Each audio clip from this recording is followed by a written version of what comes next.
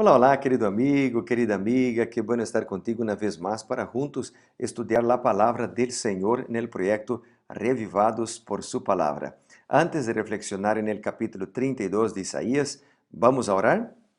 Bondadoso Dios, gracias por la oportunidad de estudiar tu palabra. Danos sabiduría para comprenderla y practicarla también. En el nombre de Jesús oramos. Amén. Muy bien, Isaías 32 es un capítulo lindo y yo tengo acá un comentario que yo quisiera compartir contigo de la Biblia con comentarios de Andrews y dice así, que este capítulo, el capítulo 32, presenta una elocuente descripción del reinado del Mesías, el único refugio contra las aflicciones que asedian la humanidad.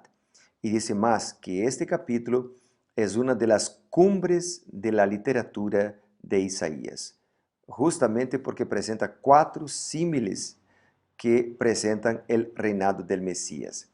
Y más, dice que este capítulo presenta la única esperanza para evitar el triste fin del pecado, que se radica en la actuación del Espíritu Santo en nuestras vidas. Así que vamos a ver entonces estos temas. El capítulo 32, por ejemplo, el versículo 1 dice, He aquí que para justicia reinará un rey y príncipes presidirán en juicio. Este rey es una indicación del Mesías, de Jesucristo, ¿verdad? Y yo te mencioné ayer que sería bueno, por ejemplo, elegir uno o dos versículos del capítulo, hablar con Dios sobre este versículo o escuchar la voz de Dios a través de este versículo y después anotar, escribir en un cuadernito, en una hoja, las impresiones que este versículo te ha traído, las lecciones que este versículo te ha traído. Y bueno, yo he elegido dos versículos en este capítulo 32. El primer versículo es el versículo 2, que dice, será aquel varón como escondedero contra el viento, refugio contra la tormenta, arroyo de aguas en tierra de sequedad, como sombra de gran peñasco en tierra calurosa.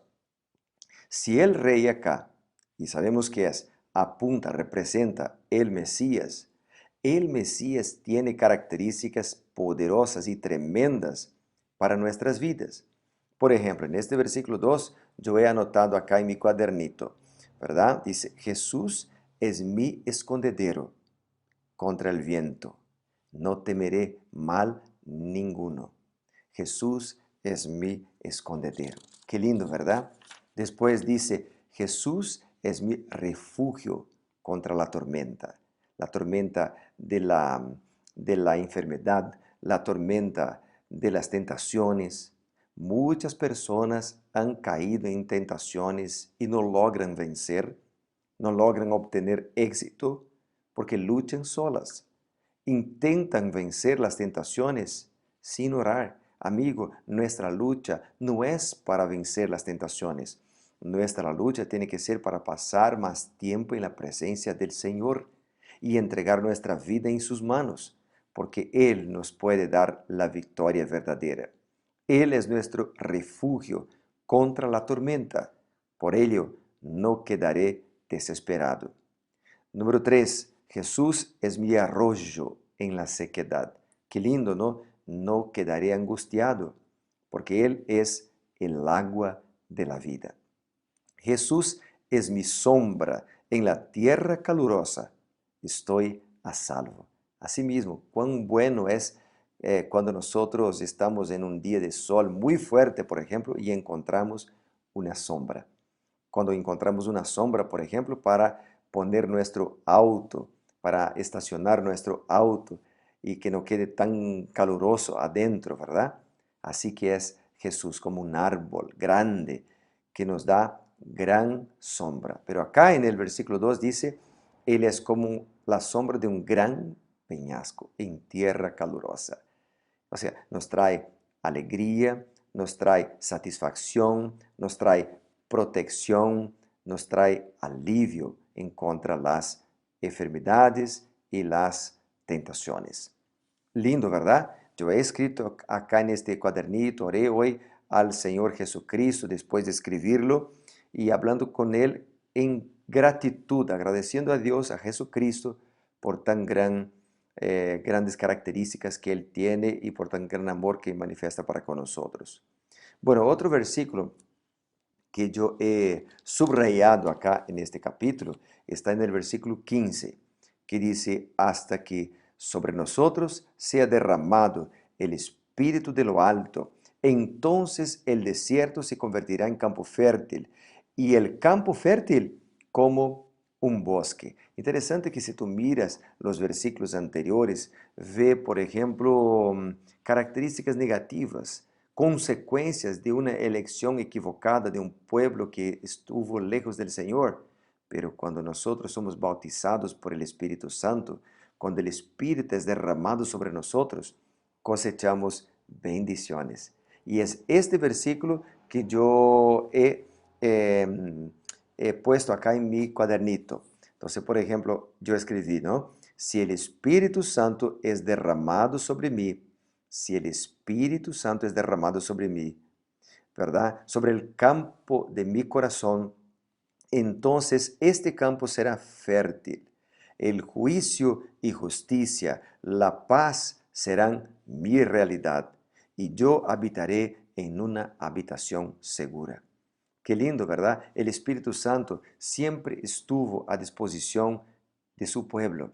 Por ejemplo, en Joel capítulo 2 y el versículo 28 hasta el versículo 32 dice, después de esto derramaré mi espíritu sobre todo ser humano y profetizarán vuestros hijos y vuestras hijas, y vuestros ancianos soñarán sueños, y vuestros jóvenes verán visiones. También sobre los siervos y las siervas derramaré mi espíritu en aquellos días. Es decir, el Espíritu Santo puede ser derramado, puede ungir a todas las personas, puede usar a cualquiera. No importa si es un niño o un anciano, si es una persona que tiene educación o no la tiene. El Espíritu Santo puede usar a todo aquel que tiene un corazón abierto y dispuesto a ser usado por el Espíritu Santo. Amén. Esta profecía de Joel se cumplió en el Nuevo Testamento. En Hechos, por ejemplo, capítulo 1, versículo 8, dice, pero recibiréis poder cuando haya venido sobre vosotros el Espíritu Santo, y me seréis testigos en Jerusalén, en Judea, en Samaria y hasta lo último de la tierra. El Espíritu Santo vendría sobre el pueblo, el Espíritu Santo daría poder para que el pueblo fuera un testigo del gran amor de Cristo, para llevar esperanza a los que no la tienen. Bueno, el pueblo quedó, empezó a orar y a clamar y a buscar por el bautismo del Espíritu. El Espíritu Santo vino, el Espíritu Santo capacitó a los discípulos a predicar poderosamente. Alrededor de 3.000 personas fueron bautizadas. Acá, por ejemplo, dice la Biblia, ¿no? Arrepentíos y bautícese cada uno de vosotros en el nombre de Jesucristo para perdón de los pecados y recibiréis el don del Espíritu Santo. Y ahí entonces dice la Biblia a continuación que los que recibieron la palabra fueron bautizados y se añadieron aquel día como que 3.000 personas. Muchísimas personas, miles de personas fueron bautizadas porque el Espíritu, porque un grupo de otros, de discípulos, estuvieron dispuestos, abrieron su corazón para la influencia del Espíritu Santo en su vida. El Espíritu Santo los usó poderosamente, usó a Pedro poderosamente, por ejemplo, y alrededor de 3.000 personas fueron bautizadas. Qué lindo. El resultado del bautismo del Espíritu Santo es una vida de consagración, es una vida de entrega al Señor Jesucristo. Y es interesante que esta actuación del Espíritu Santo en la vida de ellos era un cumplimiento de la profecía de Joel. Por ejemplo, acá en Hechos capítulo 2 y el versículo 16 dice la Biblia así. Voy a leer. Pues estos no están borrachos como vosotros suponéis, pues esta es la hora tercera del día. Pero esto es lo que ha dicho el profeta Joel. En los postreros días, dice Dios, derramaré de mi espíritu sobre toda la carne y vuestros hijos y vuestras hijas profetizarán, etc. Entonces, digamos que la primera parte de Joel capítulo 2, la lluvia temprana, se cumplió en los días de los apóstoles, en el Pentecostés, y alrededor de 3.000 personas fueron bautizadas. Pero la lluvia tardía del Espíritu Santo, la lluvia poderosa del Espíritu Santo será derramada sobre su pueblo en los últimos días de la historia humana. Y miles, miles de personas serán bautizadas, entregarán la vida a Cristo. Milagros van a pasar en la vida de los matrimonios, de los jóvenes, de los niños. Gente será sanada de su enfermedad. Gente se convertirá y entregará la vida a Cristo. Habrá niños que predicarán la palabra del Señor con poder porque serán usados por el Espíritu Santo. Así que, querido amigo, yo quisiera motivarte para que tú puedas confiar en este Dios. Acá en el capítulo 32 dice, habitará el juicio en el desierto, el efecto de la justicia será la paz, será el reposo, la justicia. Mi pueblo habitará en morada de paz, en habitaciones seguras. Cuántas bendiciones cuando somos ungidos por el Espíritu Santo. Así que en este momento yo quisiera desafiarte a buscar el Espíritu Santo, a clamar por el Espíritu Santo, a pedir la unción del Espíritu Santo en tu vida. Y milagros seguramente van a pasar. Vamos a orar por esto. Querido Padre, bondadoso Dios, en tus manos entregamos nuestras vidas. En tus manos confiamos nuestra existencia y clamamos para ser ungidos por tu Santo Espíritu, porque estamos seguros de que cuando somos guiados por tu Espíritu Santo, somos ungidos por Él, nosotros somos mejores ciudadanos, mejores cristianos, predicamos con poder y muchas personas se van a convertir, entregar la vida a Cristo y serem bautizadas. Oramos en el nombre poderoso de Jesús. Amén y amén.